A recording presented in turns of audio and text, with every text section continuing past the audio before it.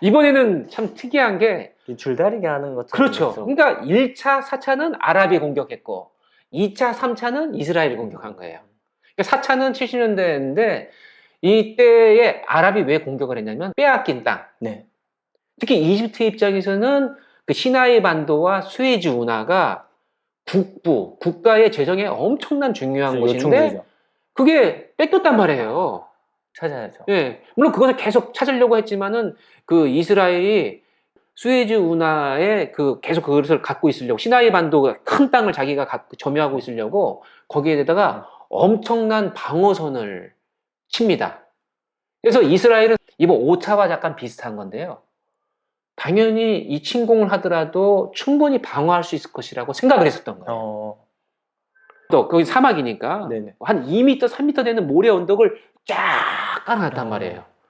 그냥 모래 언덕이 아니거든요. 그러니까 폭탄을 발사해도 모래 언덕에 터지면 어떻게 됩니까? 그냥 모래 언덕일 뿐이에요. 그렇죠. 네. 그러니까 넘어오기가 어려운 그곳을 방어선 진지를 했기 때문에 이스라엘은 좀 약간 안심을 갖고 있었단 말이에요. 그 당시만 하더라도. 그런데 이집트가 더 좋은 미사일을 쏜 게 아니라 물대포를 쏜 거예요. 물대포로 모래 그 장벽을 쏘니까 모래 장벽이 쫙 무너진 거예요. 거기를 뚫고 들어간 거예요. 그러니까 네. 이스라엘은 물론 이제 언제든지 아랍이 공격한다 하더라도 최소한 이 장벽으로 인해 가지고 하루에서 이틀 정도는 시간을 지연시킬 수 있다라고 생각했기 때문에 그때 공격을 받으면 비상 신호를 해가지고 예비군이나 여러 가지 군인들 대응해가지고 네. 공격하면 된다, 반격하면 된다 했는데 2시간 만에 뚫린 거예요. 2시간. 방어 태세를 할 수 없을 정도로 물밀듯이 들어갔기 때문에 네네. 그때가 이스라엘의 역사상 건국이 되고 난 이후에 가장 절대절명의 순간이었다. 예, 그런 상황이 발생하게 됩니다. 물론 마지막에는 결국 이스라엘이 또 미국의 지원을 받아가지고 반격을 해요. 내가 예전에 가졌던 그 땅을 다시 또 가져가겠다고 반격할 때에 미국과 소련이 또 개입을 합니다. 자, 여기까지. 네. 여기까지 하자. 그래서 이집트는 수에즈 운하를 다시 확보하고 그리고 이스라엘은 그래도 3차 전쟁을 통해 가지고 갖고 있었던 땅을 네. 좀 뺏기긴 했지만 그래도 그 불안한 땅이었잖아요. 어느 정도 좀 적정선을 그렇죠. 서로가 예. 국제법적으로도 좀 이렇게 무단 점유했던 부분이기도 하고 질타를 받았던 부분도 있으니까 나름 설득력 있게끔 가질 수 있는 그래도 안전한 땅. 그러면서도 예루살렘과 텔아비브가 두동강 날 수 없게끔 두껍게 만든 그 땅을 네. 확보하는 것으로 서로 간에 휴전을 했던 것이 바로 4차 전쟁의 끝입니다. 그러면 이제 4차 전쟁이 끝나고 좀 어느 정도 각각의 국가가 서로 원하는 바를 좀 이루게 되어서 오랫동안 그런 전쟁 없는 기간을 그렇죠. 지나올 수 있게 된 것 같네요. 맞아요. 그로부터 5차 전쟁이 있기까지 50년 동안 50년 동안은 그래도 우선 무슨 차 전쟁이라고까지는 얘기하지 않을 그런 전쟁의 규모가 아닌 아주 소규모의 그러한 간헐적인 전쟁만 있었다. 50년 동안. 그리고 그러니까 특히 작은 전투들이 있었던 거죠. 그렇죠. 특히 여기서 또 핵심적인 것은 뭐냐면 1993년도에 아주 유명한 오슬로 협정이라는 게 있습니다. 네. 그러니까 1973년도에 4차 중동 전쟁이 벌어져서 끝났잖아요. 근데 여전히 불안정한 평화의 상태니까 이거를 계속 어떻게 끌고 갈 것이냐 이건 아니지 않느냐. 그렇죠. 그러니까 이거는 이스라엘에서도 그런 얘기가 나왔고 팔레스타인에서도 얘기가 나온 거예요. 그리고 이 중동이 지금은 많이 좀 약화되긴 했지만 산유국이잖아요. 네. 지금 우리가 얼마나 여전히 그렇죠. 그 기름에 의존을 많이 해요. 맞습니다. 그러니까 중동에 뭐가 문제가 발생하면은 전 세계의 경제가 삐그덕거린단 말이에요. 미국도 그렇고 소련도 그렇고 너무 그게 불편하고 네네. 안 좋은 거예요. 그러니까 야 이거 중동이 좀 더 평화로워야 미국 입장에서 그게 좋은 거고. 그러니까 야 이것을 어떻게 할 것인가라고 해서 평화 협상이 들어가게 되고 1993년도에 오슬로 협정이라고 하는 이 평화 협상에 중요한 시금석이 마련해집니다.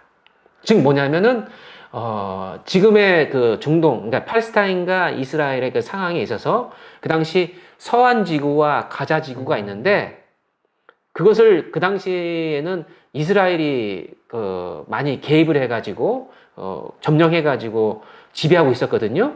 그거를 팔레스타인 사람들에게 자치 정부를 만들어서 그 최소한 우선은 그 서한 지구와 가자 지구에는 팔레스타인 사람들이 그 지배하는 걸로 자치 정부를 세워서 자치를 하는 것으로 그렇게 하자. 네.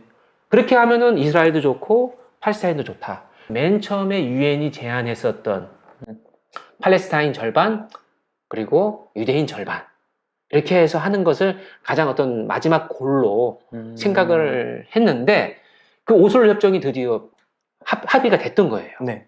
그 당시에 그 오슬로 협정 당사자였던 아라파트 의장이나 그리고 그 라빈 총리인가요? 그 총리, 이스라엘 총리, 그 당시 이스라엘 외교부 장관이 또 많은 역할을 했기 때문에 이 세 명이 1994년도 노벨 평화상을 받게 됩니다. 그러니까 엄청난 역사의 진전을 일으켰다라고 평가를 받게 됐거든요. 그러니까 그때까지 좋았네요. 좋았던 거예요. 네. 물론 계속 분규가 있긴 했지만, 갈등이 있긴 했지만, 야, 드디어 어떤 평화를 기대해 볼 수 있는. 그렇죠. 예. 그런데 안타깝게도 그 당시에 그 주요 협정 당사자였던 라빈 총리가 암살을 당합니다. 그러니까 누군가 좀 마음에 안 들었나 보네요. 그런 어떤 협정에 예. 대해서. 그렇죠. 그게 이슬람 사람이 아니라 아랍 사람이 아니라 같은 유대인이 암살을 한 거죠. 어느 지역이든 간에 어느 국가든 간에 강경파가 있고 온건파가 있거든요. 그러니까 지금 전쟁이 벌어지고 있는 대부분은 뭐냐면 강경파들이 득세해가지고 벌어지고 있는 참상이에요. 그러니까 어느 나라나 다 있죠. 그 전쟁이라고 하는 걸 봤을 때. 그래도 그 당시 그 오슬로 협정을 했었던 때에 이스라엘의 정치 지도자들은 온건파였어요. 상대적으로. 물론 이스라엘의 가장 원하는 이익을 원하긴 하지만 이걸 봤을 때 우리가 다 가질 수 없다고 한다면은 어느 정도는 내주고 우리가 더 풍요롭게 살자. 되게 지혜로운 방법인 거거든요. 그렇죠. 근데 그것을 종교적인 의미로서나 아니면 유대인들의 어떤 그 가치를 배신한 것이다. 엄청난 실망을 했던 그 강경파의 그 유대인 청년이 암살을 하게 된 겁니다. 그래서 오슬로 협정이 사실은 그게 다 끝이 아니거든요. 네. 우리 앞으로 남북한에 있어서도 그렇죠. 그 다음 단계로 예, 계속 통일되는 과정이든 평화로 가게 되는 과정에서도 뭐 정치, 군사, 경제 모든 분야에 있어서의 협정 그리고 그 다음 단계로 가야 되는 게 있어요. 오슬로 협정은 가장 기초적인 협정이었고 94년, 95년도 2차 협정을 했었어야 되거든요. 근데 협정의 주역이 사망을 했고 그리고 이스라엘도 완전히 이제 강경파로 돌아서게 됩니다. 그렇게 되니까 팔레스타인 입장에서도 어떻게 돼요? 더 이제 화가 나는 거죠. 협정을 맺어가지고 그렇게 하기로 했는데 그렇죠. 팔레스타인 입장에서도 그게 무조건 좋은 건 아니었단 말이에요. 그래도 서로 좀 이렇게 불편하더라도 예. 평화를 위해서 좀 희생을 해보자라고 얘기를 했던 건데. 그렇죠. 그러니까 그 당시 팔레스타인 해방기구의 아라파트 의장도 팔레스타인의 강경파한테 욕 먹었겠어요? 안 먹었겠어요? 많이 먹었죠. 네. 그러니까 서로 그 온건파끼리 어떻게든 그 강경파들을 좀 잠재우면서 참 어렵게 협정을 맺은 거죠. 건데. 근데 그것이 이스라엘에 이렇게 딱 돌아서니까 먼저 이제 피에로 그러니까 팔레스타인 해방기구나 그 정치 지도자들도 강경파들이 거봐라. 결국은 이렇게 후지 조각이 되는 거 아니냐. 입장이 애매해졌던 거죠. 더 이상 그 협정을 유지할 수가 없게. 예. 근데 93년도 이후에 이 아라파트 의장, 피에로의 아라파트 의장이 2003년도에 사망을 하게 됩니다. 그러니까 팔레스타인의 그 아라파트라고 하는 사람은 엄청난 중요한 인물이에요. 그러니까 팔레스타인의 상징이자 그러니까 정말 많은 사람들이 따랐던 그런 정치 지도자였는데 이 사람이 사망을 해버렸어요. 그러면 이제 군웅 활거처럼 여러 지도자들이 이제 난립을 하게 되고 그런 과정에서 그 아라파트 의장이 그래도 전체를 품어안았던 것이 이제 점차적으로 팔레스타인도 두 개로 나뉘어집니다. 온건파의 수장이 있고 강경파의 성향으로 이렇게 좀 그렇죠. 이 강경파가 지금의 가자지구, 온건파는 예루살렘 근처의 서안지구를 각각 분열이 되게 되는 거죠. 그전에는 아라파트 의장이 그래서 온건파 입장에서 가자지구까지 다 포괄 했었는데 아라파트 이후에 나온 온건파의 지도자가 축제, 불법, 여러 가지 잘못된 일들을 많이 하게 됐어요. 지도자가. 예, 부패하고. 네네. 그러니까 온건파의 지도자가 그렇게 행동해버리니까 강경파 사람들의 입장은 어떻겠어요? 우리가 저 밑에서 있다기보다는 우리도 새로운 지도자를 하나 세워야겠다. 그래서 나온 게 하마스가 나오는 거죠. 아, 그렇군요. 온건파는 파타라고 하는 네. 그러니까 하나의 당 이름이에요. 하여튼 파타라고 하는 당인데 이 파타의 당수부터 해가지고 파타의 지도자들이 너무 부패에 연루되어 있는 거예요. 지원받으면 자기 걸로 가져가고 그 팔레스타인 전체를 위해서 일을 하지 않는 거예요. 근데 이제 반대로 팔레스타인의 온건파는 이제 인기가 떨어진 거예요. 팔레스타인 국민들에게 지지도가 떨어졌다는 거예요. 팔레스타인 사람들이 뭘 지지하냐? 강경파인 하마스를 지지하게 된 거예요.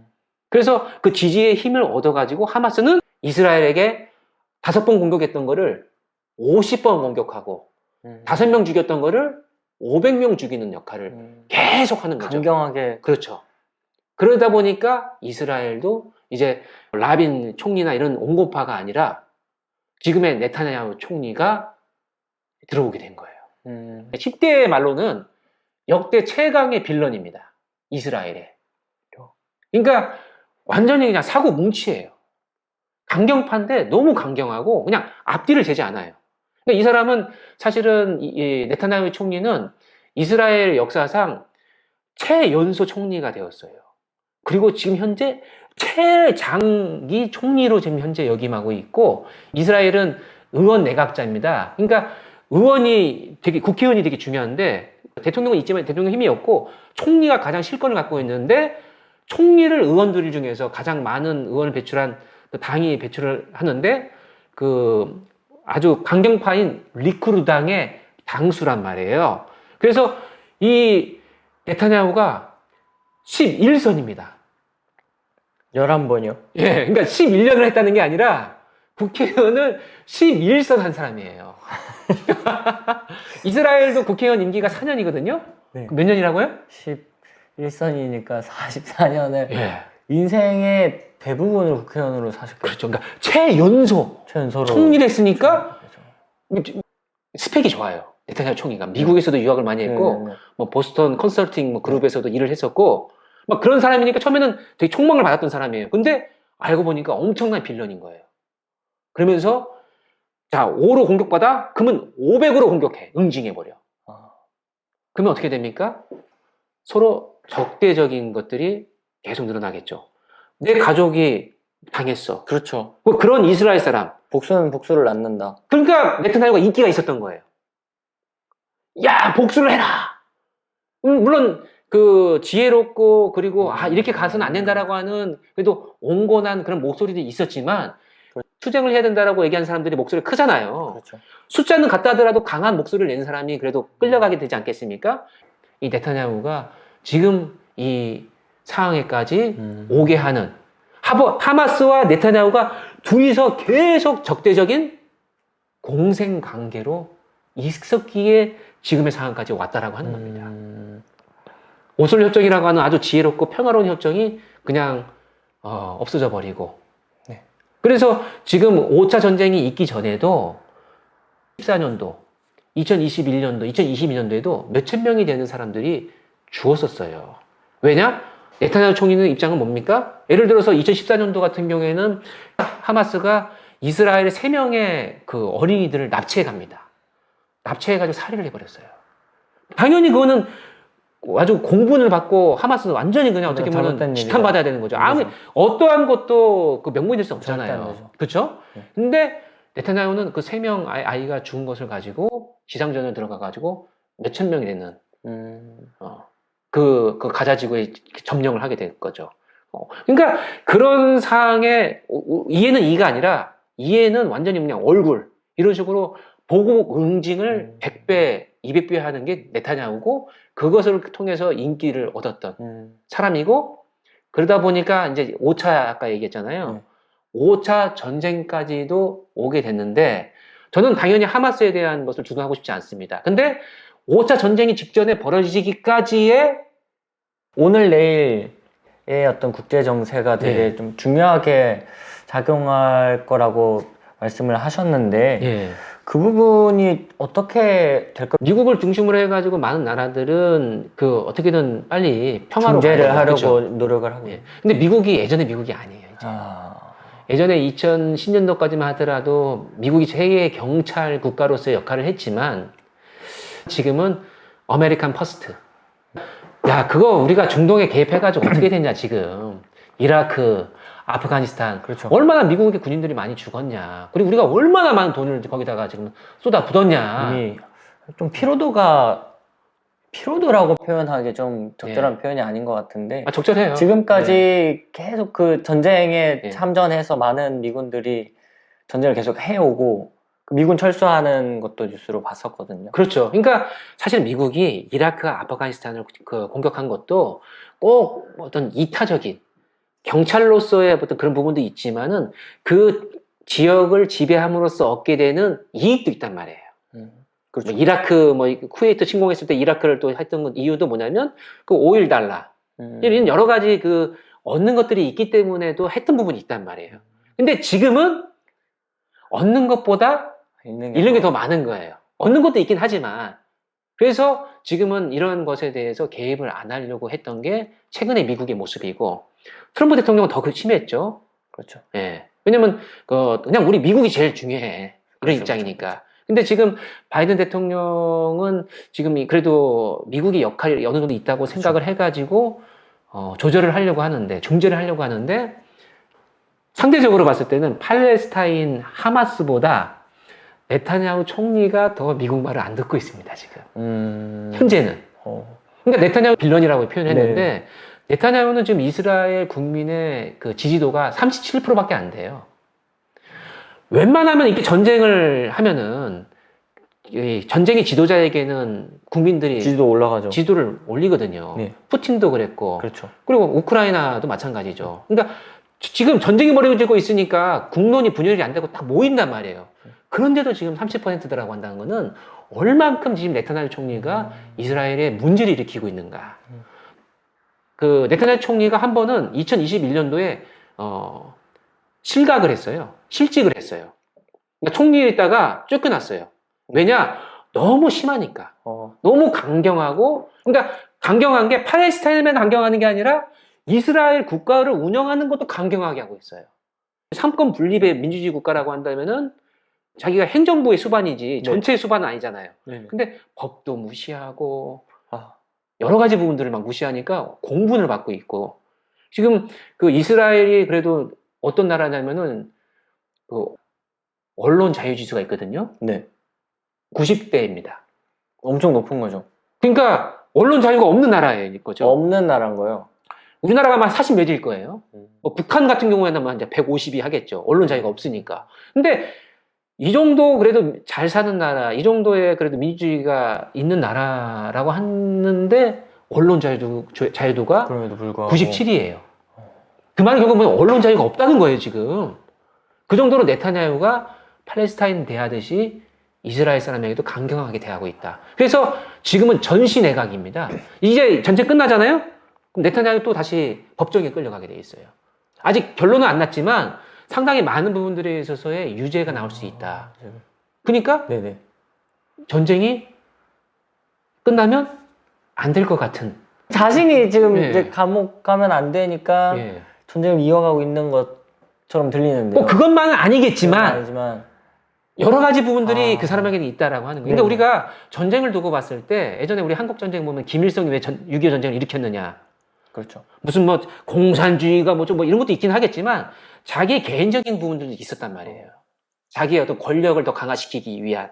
그러니까 그런 것들이 오히려 국가와 민족과 세계를 더 앞서 나가는 그러한 사익이 있다라고 하는 거거든요. 그러니까 네타냐후도 그거 있다라고 하는 것을 국제사회가 알고 있어요. 미국도 그것을 우려하고 있고요. 심지어 지금 미국의 캠퍼스, 대학가 캠퍼스에서도 지금 시위가 지금 엄청나게 그렇죠. 벌어지고 있잖아요. 네. 과거에 이 정도 시위가 벌어졌다고 하는 것은 베트남 전쟁 때 있었어요. 뭐 이라크나 저기 아프가니스탄 그때도 이렇게까지는 아니었거든요. 네네. 지금 미국도 상당히 지금 많이 국론이 반 이스라엘 상을 가고 있다라고 하는 거예요. 그러니까 지금은 계속 미국에서는 중재를 하려고 하고 있고 심지어 어제 5월 8일자 뉴스를 보니까 이스라엘에게 정밀 유도 미사일 무기를 이제 보내지 않겠다.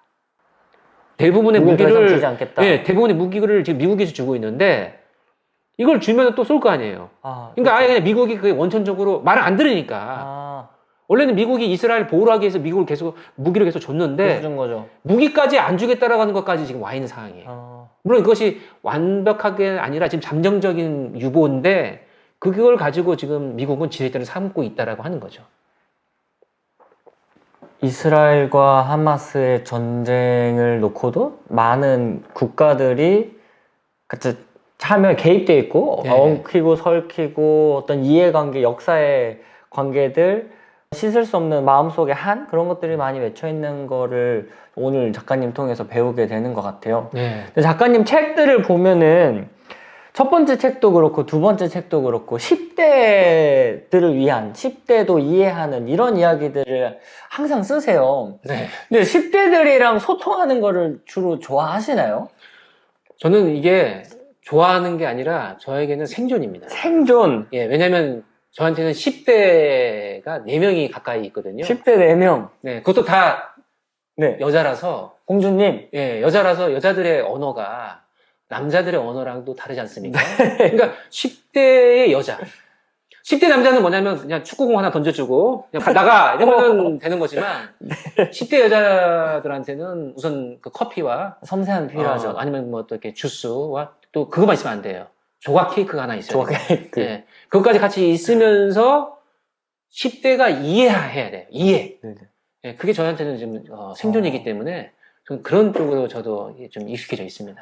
그러면 이제 책을 쓰실 때 어떤 사람들이 읽었으면 좋겠다 하는 게 있으셨을 것 같아요. 그래서 저는 그냥 여기에 관심 없어도 괜찮다. 왜냐면 저도 10대 때 전쟁, 평화, 통일 관심 없었어요. 저는 10대 때 뭐 어떻게 하면 더 맛있는 걸 먹을 수 있을 것이냐, 아니면 학교 선생님한테 혼나지 않을 수 있을 것인가, 이런 거에 관심이 많았기 때문에 충분히 저는 그것을, 몰라도 되고, 몰라도 되는데, 우연히 이 책을 봤는데, 이게 뭐지 해가지고 책장을 넘겨봤는데, 이해가 되네? 내가 몰랐던 거네? 라고 관심을 가질 수 있을 정도면 전 되겠다. 그 목적으로 썼습니다. 네, 작가님의 글의 마지막 챕터에는 끝난 전쟁, 끝나지 않은 죽음이라는 챕터가 그렇죠. 나오는데요. 예. 근데 사실 지금 전쟁이 또 이 책을 쓰는 탈고하는 그 사이에 새로운 전쟁이 벌어졌단 말이죠. 그러니까요. 참. 어떻게 생각하시나요, 작가님? 우선 제가 틀렸네요. 저는 그때 전쟁이 끝났다고 생각을 했고, 다만 끝나지 않은 죽음, 지속적인 어떠한 그 갈등과 그러한 테러로 인해 가지고 그 죽음을 막기 위해서 빨리 우리가 지혜를 모아가지고 평화로 가야 된다고 생각을 했었는데, 이렇게 다시 또 전쟁이 일어날 것이라고는 제가 틀렸습니다. 근데 이제 앞으로는 어떻게 될 것인가라고 봤을 때, 저는 여기에 국제사회가 계속 중재를 해야 되고, 그 미국의 역할과 함께 또 중요한 역할을 하는 나라가 저는 이집트라고 생각을 합니다. 이집트도 지금 생존의 문제가 걸려 있거든요. 왜냐면은 그 이집트도 인구가 한 1억이 넘었는데, 이집트가 그렇게 잘 사는 나라가 아닙니다. 못 사는 나라 중에 하나예요. 지금 라파라고 하는 지역은 그 이집트 국경 지역이에요. 그리고 거기에 지금 150만 명 정도의 피난민들이 와 있거든요. 그럼 이 150만 명의 피난민들이 그 중에 10%만 하더라도 15만 명이 이집트를 넘어온다 하더라도 이집트는 그것을 감당 못 합니다. 당장 우리 남한이지만 북한에 만약에 탈북자가 15만 명이 온다고 생각을 해보세요. 지금 우리 북한 이탈 주민이 지금 3만 명이 있는데도 우리가 지금 버거워요. 3만 명도. 15만 명이 온다고 했을 때 그것을 받아들일 수 있는 나라가 없는데 지금 150만 명 정도의 지금 피난민들이 와 있기 때문에 지금 전통적인 그 중재 국가인 이집트의 역할도 되게 중요합니다. 그러니까 미국과 이집트, 지금까지 평화를 위해서 중재했던 나라들이 포기하지 말고, 사실 네타냐후 총리 그 한 사람만의 그런 판단은 아니겠지만, 물론 그 지지 기반이 강경파의 지지 기반을 갖고 있기 때문에 한 사람만의 그 판단은 아니겠지만, 어떻게든 이스라엘 내부에서도 온건파의 목소리가 나올 수 있게끔 이집트의 중재 역할이 더 필요하다. 그 지혜가 필요하다고 저는 생각을 합니다. 그렇게 됐을 때 그러니까 전쟁의 종식과 영구적인 평화에 대한 말씀을 했는데, 그것까지는 아니라 하더라도 지금 당장 5차 전쟁은 빨리 마쳐야 된다. 러시아 우크라이나 전쟁도 지금 아직 전쟁이 끝나지 않았지 않습니까? 빨리 끝내야 되거든요. 뭐 끝내기 위해서는 몇 가지 그 부분이 필요할 거예요. 협상이. 또 이 중동에 있어서도 팔레스타인 같은 경우에도 몇 가지 협상이 있는데 지금 현재 남은 건 3가지입니다. 협상안에 지금 하마스와 지금 네타냐후 간에 지금 협상의 기로에 있고 지금 아직 그 협상이 깨지진 않았어요. 첫 번째는 뭐냐면은 43일 안에 33명의 인질을 돌려보내는 겁니다. 그렇게 하면은 당장 그 이스라엘은 가자 지구의 점령군을 빼겠다는 거예요. 근데 하마스는 지금 많이 그래도 이 협상안을 가지고 진짜 인질을 풀려고 하고 있어요. 근데 여기서 이제 문제가 발생하는 게 뭐냐면은 네타냐후 입장에서는 지상군을 빼긴 빼지만 그게 영속적인 지속적인 것이 아니라 잠깐 빼겠다라고 얘기하는 거거든요. 그러니까 잠깐 빼는 것에 대해서 또 하마스는 그러면 우리가 33명의 인질을 다시 돌려보낼 수 없다. 그렇게 또 다시 문제가 발생하고 있다라고 하는 거죠. 이 휴전협정이 어떻게든 빨리 이 라파 지구에 지금 피난민들이 지금 이렇게 몰려있는 상황에서 시간이 가면 갈수록 이 150만 명의 피난민들이 계속 죽어갈 수밖에 없습니다. 지금 이미 임계치에 달아 있어요. 물도 없고요, 식량도 없고요, 연료도 없어요. 의약품도 없습니다. 다 막아놨어요. 그나마 지금 있었던 가자 지구의 땅굴, 이것도 다 지금 지상군이 점령하면서 다 땅굴을 무너뜨렸거든요. 물론 땅굴의 목적이 하마스의 그 사람들이 왔다 갔다 하는 그 테러의 목적도 있지만 더 큰 목적은 이집트에 있는 그런 물자들이 오는 그런 통로였거든요. 그게 지금 다 막혀 있습니다. 그래서 당장에 그 150만 명의 있는 사람들이 죽지 않게, 인질도 지금 사실 죽어가고 있거든요. 죽어가지 않게 빨리 긴급하게 휴전을 하고, 그 다음에 사람 목숨을 우선 유지한 바탕 위에서 좀 더 그 다음 단계의 협정으로 나가야 되지 않겠는가. 그 가능성을 우리가 함께 기도해야 된다고 생각을 합니다. 예. 네, 오늘 10대도 이해하는 전쟁과 평화 이야기 작가님 모시고 함께 북토크 3번째 시간을 가져봤는데요. 우리 독자분들을 위해서 마지막으로 한마디 부탁드리겠습니다. 네, 우리가 관심을 가져야 됩니다. 예. 우리의 지금의 관심이, 우리의 관심이 아니라 남의 일에 관심일 수 있는데, 그게 나중에는 우리의 일이 될 수 있고, 우리가 남의 관심을 요청할 때가 올 수도 있습니다. 그게 우리 한민족의 최근의 역사였기도 했고요. UN 16개국이 와서 진짜 피와 땀을 흘려가지고 우리 나라를, 남한이라고 한 나라를 요청에 부응했기 때문에 우리가 이렇게 살아갈 수 있는 것처럼 우리가 지금은 그래도 상대적으로 평화로운 삶을 살고 있지만은 평화롭지 않은 곳에 살고 있는 사람들에게 과거에 평화롭지 않았던 우리가, 그리고 여전히 완벽한 평화를 우리가 영위하고 있지 않은 우리가 관심 가져주지 않는다고 한다면, 우리가 응원하고 지지해주지 않는다고 한다면은 나중에 우리도 그런 어려움을 겪었을 때에 어떤 얘기를 할 수 있겠습니까? 그런 입장에서 남의 일이라고 생각하지 말고 계속된 관심과 또 기도가 필요할 때라고 생각을 합니다. 네, 평화를 응원하는 작가님과 평화를 응원하는 독자님들을 모두 응원하겠습니다. 이것으로 북토크 마치도록 하겠습니다. 감사합니다. 감사합니다.